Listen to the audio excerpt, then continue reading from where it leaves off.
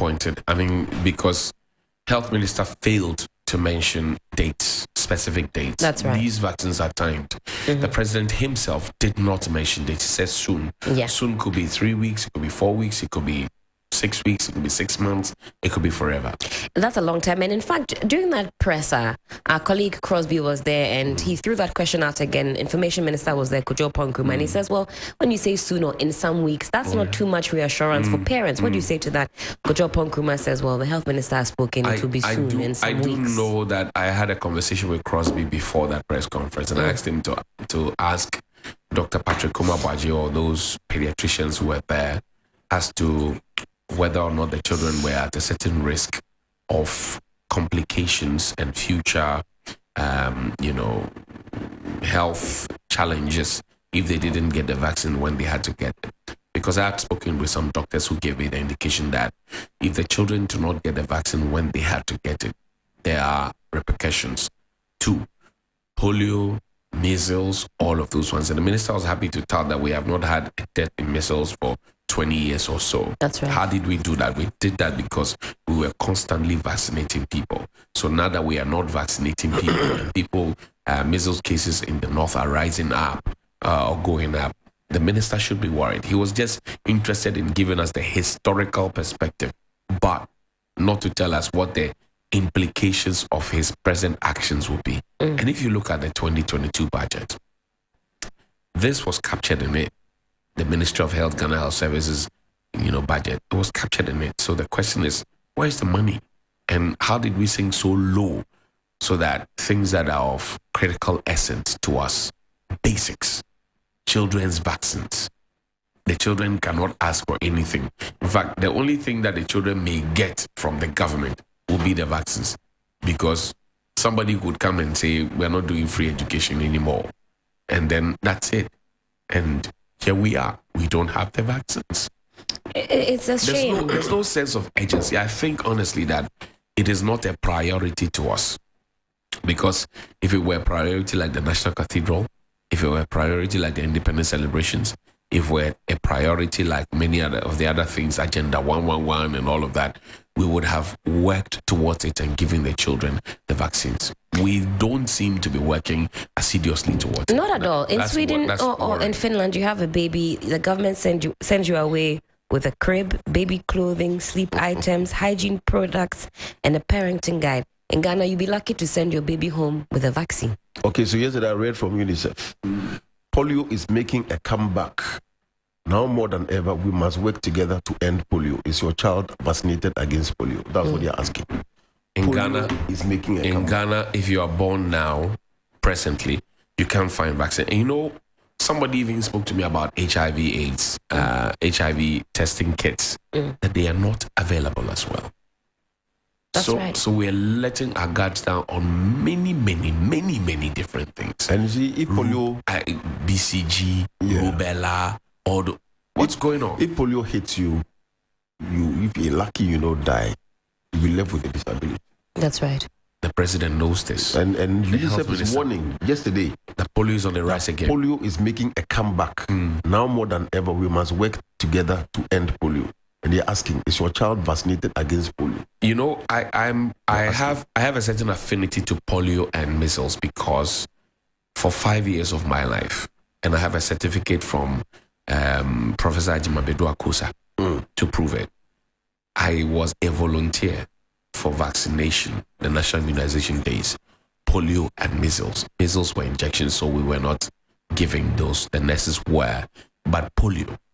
Polio, because polio and vitamin A, blue and red, pellets you cut, and then you drain the fluid into the mouth of the kids. I did that for 5 years of my life in Okaikwe South. We're deployed from Kanishi Polyclinic, and we'll go around the industrial area, Megavest, Tejapaye, Fadama, all those places, just to get children immunized. And then we came back to say that polio was a thing of the past because we've been able to kick polio out of Ghana. That was the mantra. That's right. I have the t-shirt there, an old t-shirt. So if we were able to kick polio out of Ghana, and we actually did that as part of our national patriotism drive, how are we going back to this? And my point is that the health minister got his polio vaccines. He got his polio vaccines when he needed it. Kojo Nkrumah, who organized the press conference for him, got his polio vaccines when he needed it. The president, the vice, the chief of staff, the president advisor, name all of them. Me, you, Helen, William, we all got our polio vaccines. So how is it that it gets to the point of a future generations and we cannot have the vaccines for them? Let's say the president on this. Recognized as one of the most successful in the world.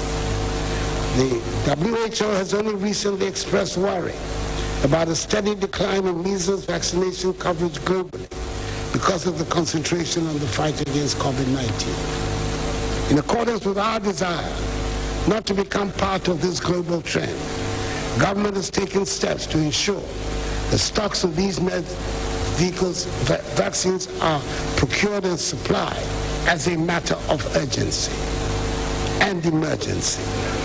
The Ghana Health Service has developed an elaborate program to catch up on children who have missed their vaccine immediately stocks arrive. Mr. Speaker, I want to encourage all parents and caregivers to ensure that eligible children are vaccinated once this program begins.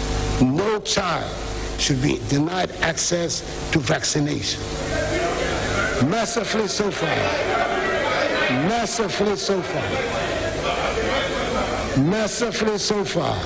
not a single child has died as a result of the outbreak. This House has already... And that was the President of the Republic, Nana Addo Dankwa Akufo-Addo, yesterday in fulfillment of his constitutional mandate, Article 67, in Parliament, giving us the State of the Nation address. He says, no child. The emphasis is on no child. Presently, the children are waiting in danger. And I don't know what your thoughts are about this out there, but you can join us on social media at 3FM927. The hashtag is 3FM Sunrise on 3FM 92.7. My name is Johnnie Hughes. I'm here with Helen Apiampofo and William Isiedu. Let's now connect with the president one more time on some issues that he had raised. Listen. It is precisely because the economic fallout from the pandemic is so widespread and long-lasting that it is important to show clearly that the COVID-19 funds were not misused. There are legitimate questions being asked about how the country's debt situation got to where it is. Mr. Speaker, let me state emphatically that we have not been reckless in borrowing and in spending. It is worth noting that the debts we're serving were not only contracted during the period of this administration. Mr. Speaker, we'll spend money on things that are urgent, to build roads and bridges and schools. 3FM Sunrise.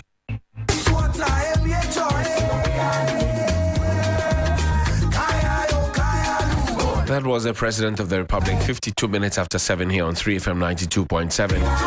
Your Urban Lifestyle Radio. This is Sunrise. The President said he's not been reckless in borrowing and spending. I believe him. You don't? When you say you believe him, what do you mean by that, Johnnie? That he has not been reckless in borrowing and in spending. I believe our president. I mean, he prefaced that by saying, he says the debt that we currently have is not just the debt incurred by the current administration. That's something that he mentioned. But even with regards to how much has been borrowed by this current administration, I think for all of us, it's not even so much a question of how much has been borrowed, but what we see those monies being used for. You've borrowed this amount of money. Can we see tangibly that it's been used for XYZ? And the projects that have been borrowed for, can they pay back for themselves? We use the example of Terminal 3, for example. It's been able to pay back itself and generate revenue for the state. But what can this administration point to that is paying back for itself, was yielding the results Government for said which they have done more roads, constructed more roads. That, of course, would add to the economic gains of the country. he did mention that more roads than any administration since the inception. But the last time we checked, the roads, the 10,000 and so kilometers that he has said they are done, included pothole patching and all of that. That is right. So when you say you have constructed more roads, that didn't include pothole patching or what? When Felicity Haifanyo was here yesterday, she was in whole for the celebration. She said the kind of patchwork that had occurred on the roads, leading to Adaklu. She says in a month's time, after the rainy season, all of that will be washed away. So really, when we say we're constructing roads, are we being completely honest with the projects, that we're talking about, the roads? Like, is it pothole patching? Is it new roads?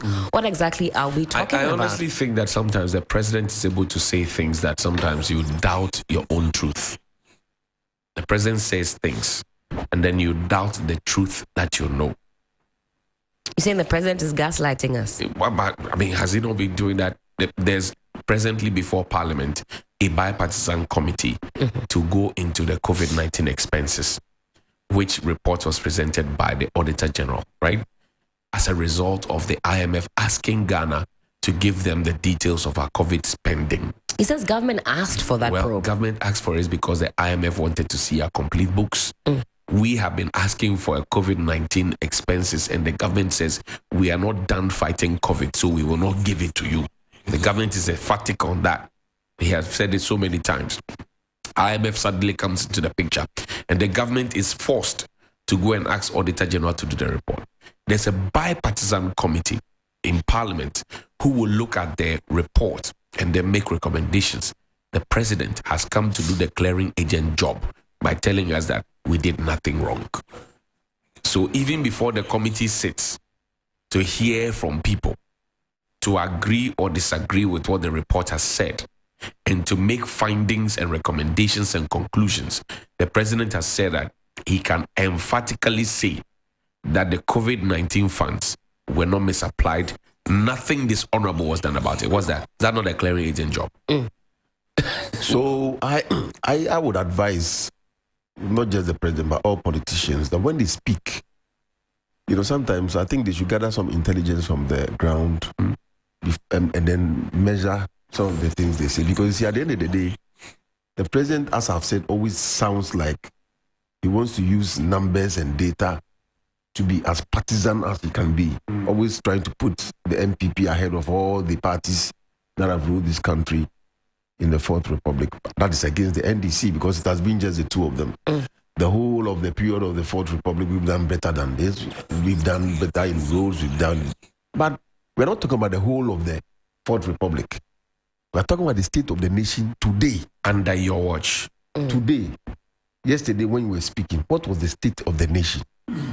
Those are the things that we wanted to. We didn't ask you to come and compare 1999 or 1992 with. That's not the analysis that we expected you to come and do. That's an important point, William. Is the state of the nation currently? Currently, what are you saying? But you see, it's always convenient for politicians to do that because, as I said earlier, politicians always ride on the emotions of people.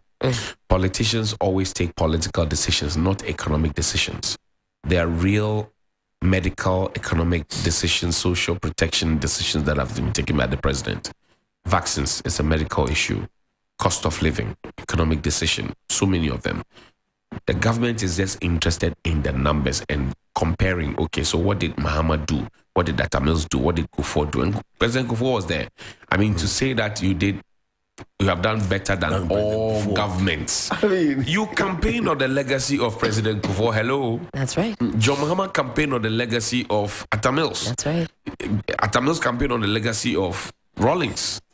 And on and on and on. So when you say you have done better than the persons who's gave you what exactly are you saying? Is it because the State of a Nation address is not a chance for you to now fight your opponents? It's a time for you to address the nation, the people that are looking up to you for a way forward. But he took that as a chance. Really, it was a jab to the naysayers, and he mentioned that every few sentences. And you see, Helen, if in your 7th year of governance you are still regurgitating things from 2017. And you are still blaming the previous administration. You are a failure. Somebody needs to tell the president in the face that he has failed. Because you're ending your 2-year term in 2024. And in your 7th year, penultimate year to the end of your tenure, you are still blaming your predecessor for whatever. You are still blaming Russia, COVID, and Ukraine, when the Russian government has told you that we are not supposed to, and they actually published a full document. When the German government is telling you that you are spending recklessly, stop. And see, this all good for oil thing. We could have actually gone to Germany to get oil. We could have actually gone to those countries. But because we have bruised all those diplomatic relations, we can't go there. And the president in parliament yesterday was telling it. The president, for me, I think is still living in 2020. He has not moved on. Because 2020 was when COVID hit us. Mm-hmm. He's still living in 2020 and telling about free water, free electricity, free this, free that, lockdown, that. That's what the president, he's living. He has not moved on to 2022. Johnny, and 2023. You mentioned Germany. You go and raise fuel prices from 4 cedis to 22 cedis. You bring it down to 13 and you say we should clap for you. You mentioned Germany, and the president did something yesterday that I found very curious. He came and said the country is enjoying a democratic atmosphere, and envoys, foreign envoys in the country have the liberty making statements. To make statements. I mean, against the government, and as if, and the Germans were there. And we all know who made a statement against your government recently. Yeah. And they are the same people that you gathered recently to go and help beg China and the rest to sort you out in terms of a bailout and stuff like that. So why would you come and say all those things? That's what I'm asking. When he's going to make the statement before him, that particular statement, was it scripted? Well, maybe he was reading from a script. You see, no, but the fact that the paper or the book or whatever it is was in front of him doesn't mean to me that he was reading everything, because that particular statement, who sanctioned it? Well, but they say, because the Germans were there. We all know the German ambassador, Mr. Krul, made a statement a couple of weeks ago that asking you to do ABC, large. And you come and say, we enjoy democratic atmosphere, Ghana is that, and envoys here are free to make statements. You are just jabbing the gentleman. But you see, that puts the president... And you go back to him and others to go and plead. William, that puts the president's integrity into question, because John Benjamin, as British High Commissioner, was in this country. What did he not say under John Mahama? He was even tweeting. And the president at the time said that there was no press freedom when John Benjamin was on the onslaught. This German High Commissioner, ambassador, has only spoken once. John Benjamin spoke in multiple times, went to clubs and events and spoke. President said John Mahama was incompetent and that he was gagging the president. There was no freedom of speech. Under him, somebody speaks once. You see why I tell you the president wears his emotions on his sleeves? He just took the boss to be president. That's all. That's all he did. Let's connect on the phone line and speak with Professor Bokping. Prof, good morning. Thank you very much for your time. Yes, good morning. And good morning to your cherished listeners. Prof, the president spoke yesterday to the nation in parliament in fulfillment of a constitutional requirement. Did he address the real economic issues of the people? I think that, thank you very much for the question. Yes, it was a constitutional requirement. So we have checked the box. In terms, and of course, the president felt the pressure, and therefore he devoted a bigger portion of the speech, the statement, on the economy. But whilst we agree with some of the comments that the president made in terms of the impact of COVID and then Russia-Ukraine, we disagree with the president on his assessment of what has brought us here. And I think that is where, as a country, we missed the point that after 66 years or so of independence, we are unable to admit our failings and resolve to do better. That what we have sought to do over the years is to shift the blame. That doesn't show responsibility. That is a deficiency in our leadership style. To mount such an august speed and to seek to continue the same narrative that what brought us here has nothing to do with me. It has everything to do with external forces. It's a poor diagnosis of the problem. And if we and that is where I am a bit more concerned. Yes, the effect of COVID, Russia, Ukraine, is pervasive. It didn't isolate Ghana for special effect, whilst it scared Cote d'Ivoire or Togo or Benin or Nigeria or what this pandemic do is to reveal the resilience of your economy. Because you can't do without this pandemic crisis, either from the commodities market, the financial market, economic shocks to your revenue envelope, shocks to expenditure, either internally, externally. Countries go through that.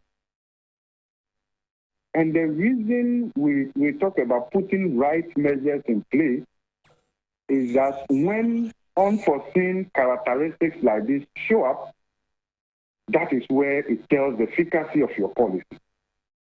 So while the impact of COVID, Russia, Ukraine is pervasive, you will also see variation of marginality in how countries were affected.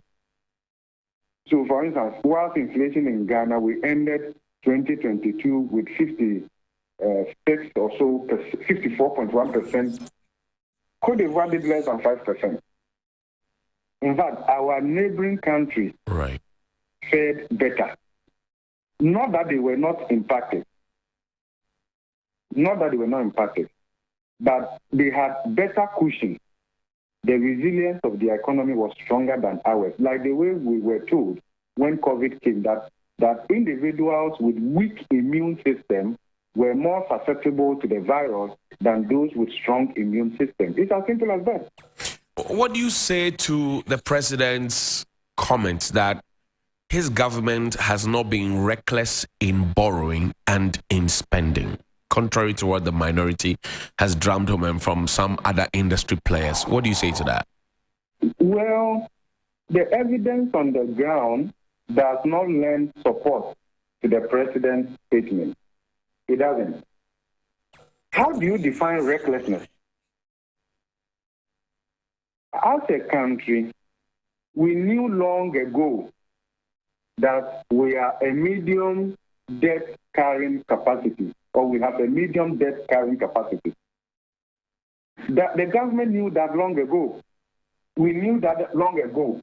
What that means is that as a medium debt carrying country, your debt to GDP ratio in present value terms should not exceed 55%. The proportion of your external debt servicing to your total revenue should not be more than 18%. We knew this long ago.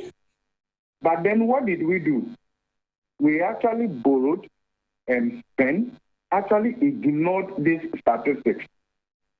This is recklessness. This doesn't confirm prudence. So all that I'm saying is that if you look at Ghana's debt carrying capacity as determined by the joint IMF World Bank debt sustainability framework, we have not been prudent with our borrowing and our expenditure. So when until 1st July, the state of Ghana's debt was almost multiple choice. Choose the one you like. Bank of Ghana had one figure. less than 78%. We had one figure from Ministry of Finance, less than 76%.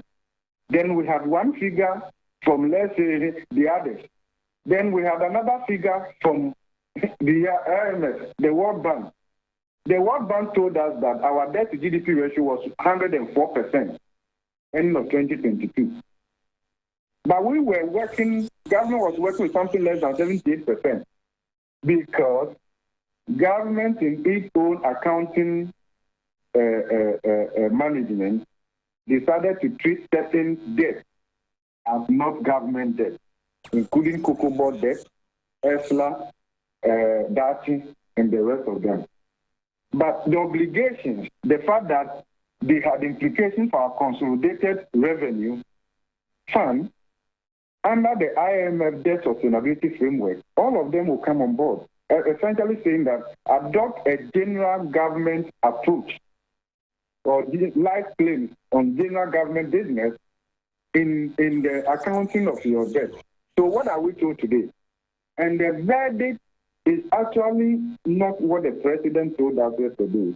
You will find the verdict in the 2023 budget when the Minister of Finance, for the first time officially, confirmed to Ghanaians that our debt is unsustainable. What that means is that as a country, we watch over our debt buildup, borrowing, to the extent that it has been confirmed to be unsustainable. That doesn't show prudence. You cannot look at that and say that we were not reckless with borrowing. Now, so when the IMF tells you that your debt is unsustainable, what they are saying is that you have borrowed, but the economic fundamentals cannot justify that borrowing. That's what it means. Because the characteristics for determining debt carrying capacity, whether low, medium, or high, has more to do with your economic fundamentals. So if the fundamentals of your economy is strong, you have strong GDP growth, strong export performance, strong revenue generation, strong institutions, and all of that, you could be classified as a higher debt carrying country where you could borrow a little bit more. But here is the case. We have loan debt that cannot be supported by the strength of the economy. And that is why the first time in our history, Ghana is struggling to qualify for an IMF program. Well, Ghana is begging. the president says that, Prof, the president says that we will be able to reach that agreement by the close of the month. Is the president? Because he has taken a lot of begging and embarrassment to us as a country, even asking Germany to plead on our behalf, and applying a very aggressive haircut on ordinary Ghanaians, okay, and even asking pensioners to come on board, otherwise this country will collapse. This is the first time in our history that we are doing such a domestic debt restructuring in the manner we have done it, and the implications will live with us probably beyond a generation. So I think that as a country, let's not do politics with this, because debt numbness, borrowing, spending affect life at the micro level and household level. So let's not put a certain posture that suggests that we are not identifying with the sufferings of Ghanaians. Okay, it's possible some pensioners, out of the uncertainty with what will happen to their farm, maybe some would have lost their lives.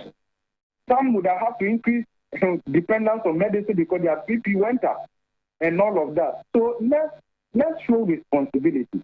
I think part of leadership is to accept responsibility and apologize where it is needful and rally people behind. The other important question we need to ask ourselves is that how would the state of the nation address, as it was delivered yesterday, how would it build consensus? How would it unify Ghanaians behind the vision of the president? Well, the president yesterday says that democracy is not an event. It's a process that must be nurtured. But at the heart of that is the question of accountability.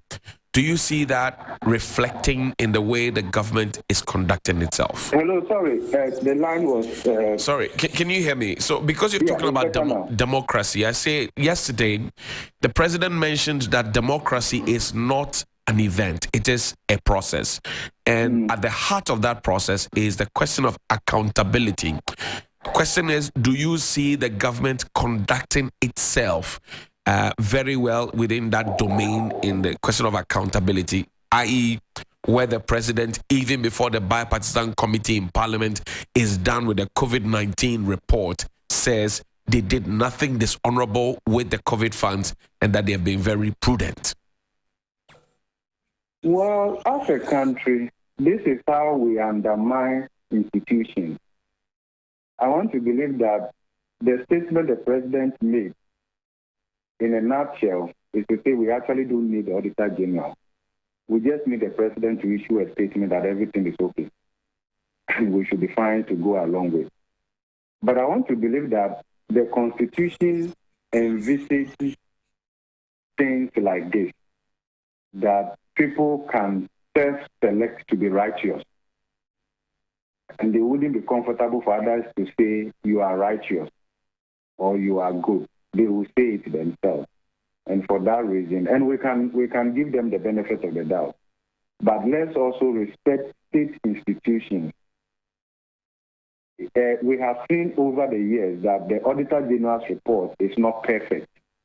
We've had issues with it, the methodology sometimes, and all of that. But this is what we have. The report will be interrogated.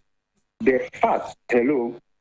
Yes, you're live, Prof. The fact that this audit was done and it was not being released after persistent calls in itself tells you that government, the president's statement yesterday should not be taken seriously. And let me put this on record. Of course, it has been said that the publication of the Auditor General's report was a prior action by the IMF. Hello? Hi. It was not put out there for you and I to see merely because government wanted to be accountable. No. Well, that's what the president said yesterday, that they called for it.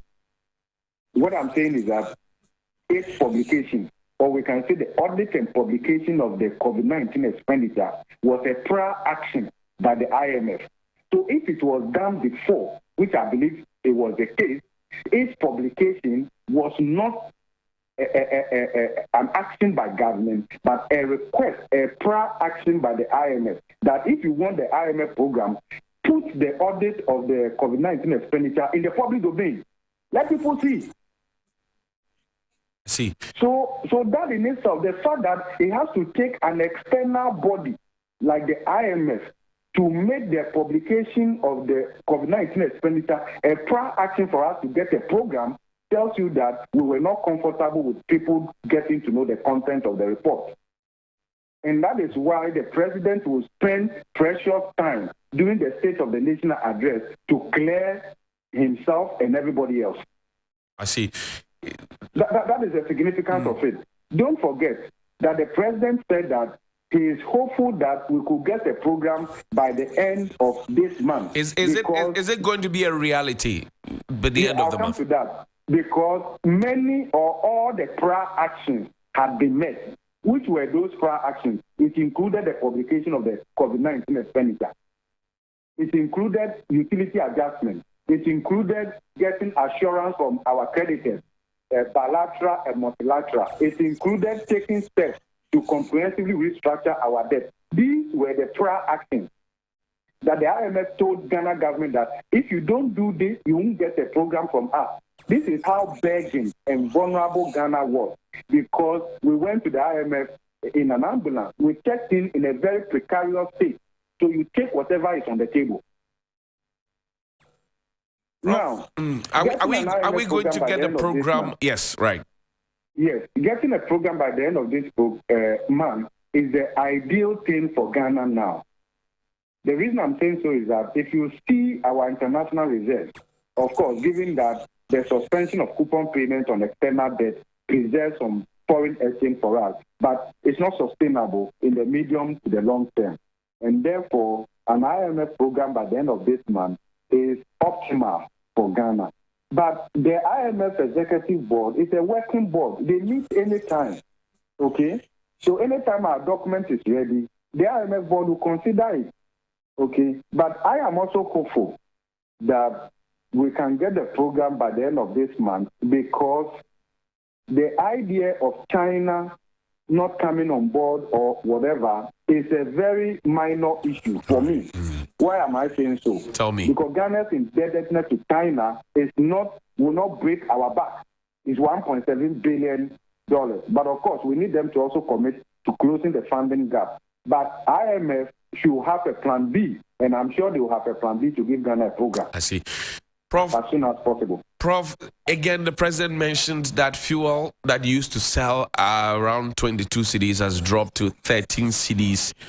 80. It says fuel that used to sell around 22 cedis, 70 pesos, now sells at 13 cedis, 80 pesos thereabout. And fuel. That, yes, fuel.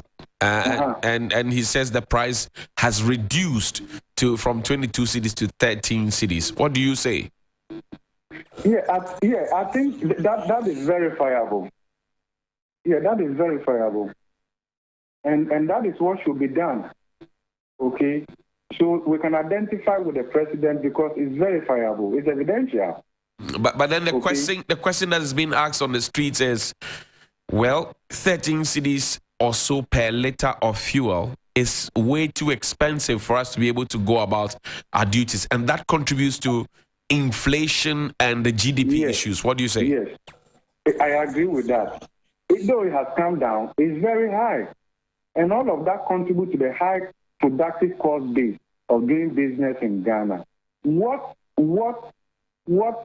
meaningful government did when COVID struck? Some of them actually reduced taxes on fuel, price buildup. So this COVID, You're live, yes, sir. We are majoring in that same COVID, that same Russia-Ukraine, that caused energy prices to rise. Ghana made profit on the back of that because we are an oil exporting country. Right. Okay? So it's not all negative. I think the president and government should tell us what did they do with the windfall profit from oil exports. At the time when Ghanaians were calling for reduction in fuel taxes to ease the burden on Ghanaians, Ghana government didn't listen. Cote d'Ivoire did. Togo did. Many other countries decided to use fiscal approach to ease the pressure on their citizens. Ghana didn't. So the citizens had to bear the brunt. There was a direct pass-through of Russia-Ukraine conflict to ordinary Ghanaians. And on top of that, you want to apply a haircut on them with their limited savings and investment. Come on. We have not done well as a country. Right. If we continue like this, 30 years to come, we will be here and we'll be talking about these things. Let's own up. Let's be responsible. Let's show maturity in our leadership where we accept blame and if possible, resign. Of course, that is not in our dictionary, but we should be working towards that. Okay, we should be working towards that. We should improve. Okay, because see, this is what our forefathers fought for.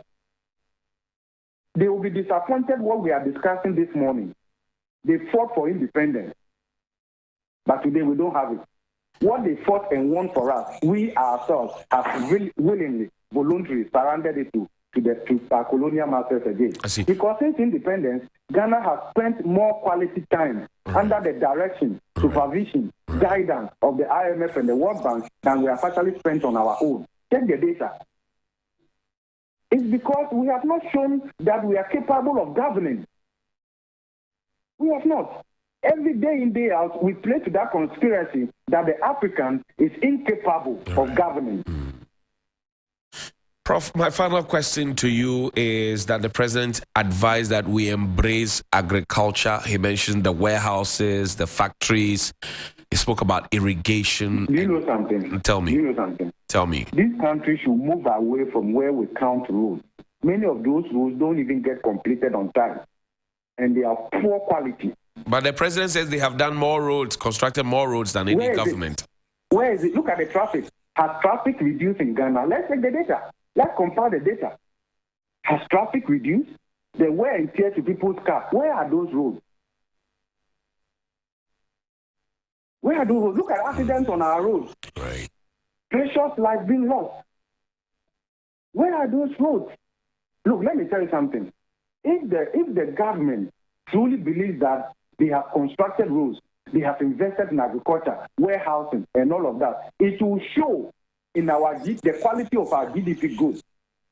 Because when you borrow and you invest the funds in enhancing the cash flow generation capacity of the economy, essentially if you invest the borrowed funds in the productive sectors of the economy and you didn't use it to fund consumption and our corruption, the economy will bear testimony. The economy will bear testimony. If a woman is pregnant, you will see. You will see. Okay? So if we have invested the borrowed funds very well, efficiently, productively, you will see the evidence. You will see the evidence in terms of quality GDP growth. You will see the evidence in terms of export performance. Right. You will see the evidence in terms of job creation. And that is why nobody is against borrowing. And our constitution is not against borrowing. And the Public Financial Management Act is not against borrowing. But in Ghana, when we take the loan, how we invest it, the inefficiency and the procurement latent with corruption and all of that is the reason why you have huge debt in our books. But the economy cannot bear testimony to that. There are two things. I said final question, but because you raised the question about borrowing, I want to ask you this.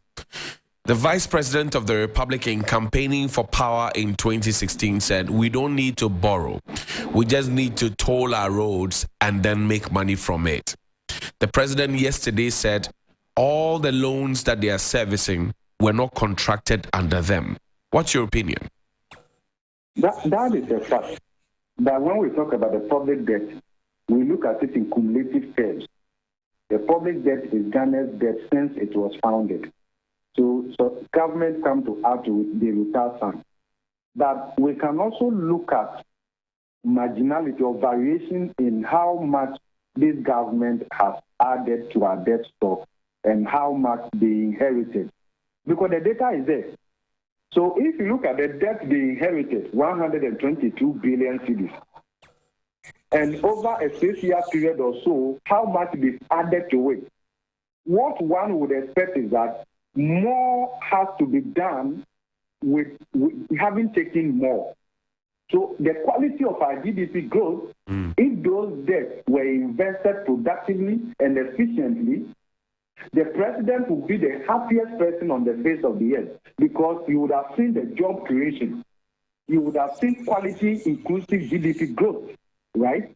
And everybody will be happy. And that is why some countries, their debt to GDP ratio is 262%, is 200%, 180%. And nobody cries for them. And they themselves don't cry for themselves. It's simply because those debts, they can account for it efficiently, whether in road construction, in rail construction, or in enhancing the cash flow generation capacity of the economy. The evidence is there. But the question I'll ask you is that where is the evidence? How has agricultural productivity improved? Because the president said they have invested in that sector. What is the impact? Is Ghana so importing tomatoes? Are we so importing everything from outside? Okay. Have we reduced the number of Ghanaians who are food insecure? No, we have not. Food nutrition is deteriorating from 2014, and we have not been able to reverse it. As we speak today, approximately 14 million Ghanaians, right, are multidimensionally poor. As we speak today, more than 50% of Ghanaians are poor by the upper level international poverty line of 5.5 USD a day. More than 50% Ghanaians are poor. As we speak today, 1.6 million Ghanaians who are in the economically active age group, right, of the population cannot find jobs. As we speak today, 66% of Ghanaians who are even in employment, they are in what we call vulnerable employment. As we speak today, okay, especially in the 5 northern regions, the majority of Ghanaians in there cannot access quality food okay, at affordable price as we speak today. As we speak today, food inflation is the highest in Ghana compared to our peers as we speak today. So if you look at, so when you say development and we have done well, it should show in these statistics. Don't count roads. Tell me how many people we have lifted out of poverty in the last 6 years. As we speak today, inequality is widening. Okay, so let's have better benchmarks and yardsticks for determining our progress, which reflects in human life, because development at the center of it is life, human beings, because the entire universe, with one privileged section, is composed of people, others. I see. Prof, I thank you very much indeed for your time this morning. Grateful that you could speak to us. That's Professor Bukbing, is a renowned academic in this country, bringing us to 28 minutes after 8 here on 3FM 92.7. Kojo Asempa Furniture Works on Facebook. I see you. Collins Little Tete says Ghana's economy has not seen enough structural transformation to propel it into an economic giant. You can't cut what you can't name. Management of taxes is the major cause. When leaders are held accountable, things will change. Let's start here. Collins Little Tete, thank you very much indeed. John Achu, I see you.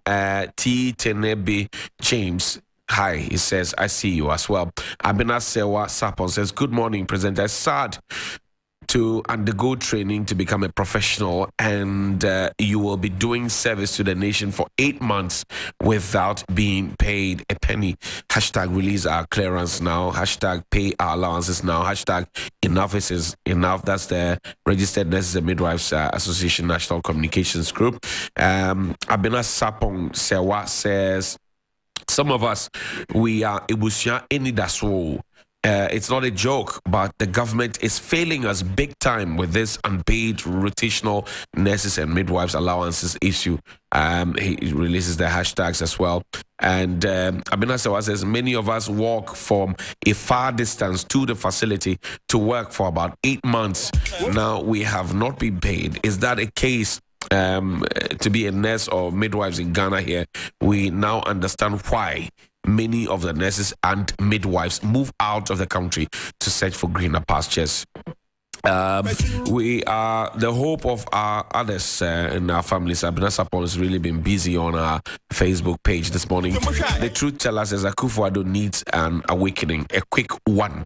He needs an awakening. You can also join us on social media at 3FM927. That's our Facebook, Instagram, Twitter pages. We'll share the WhatsApp line with you, but you can always join us on the hashtag 3FM Sunrise.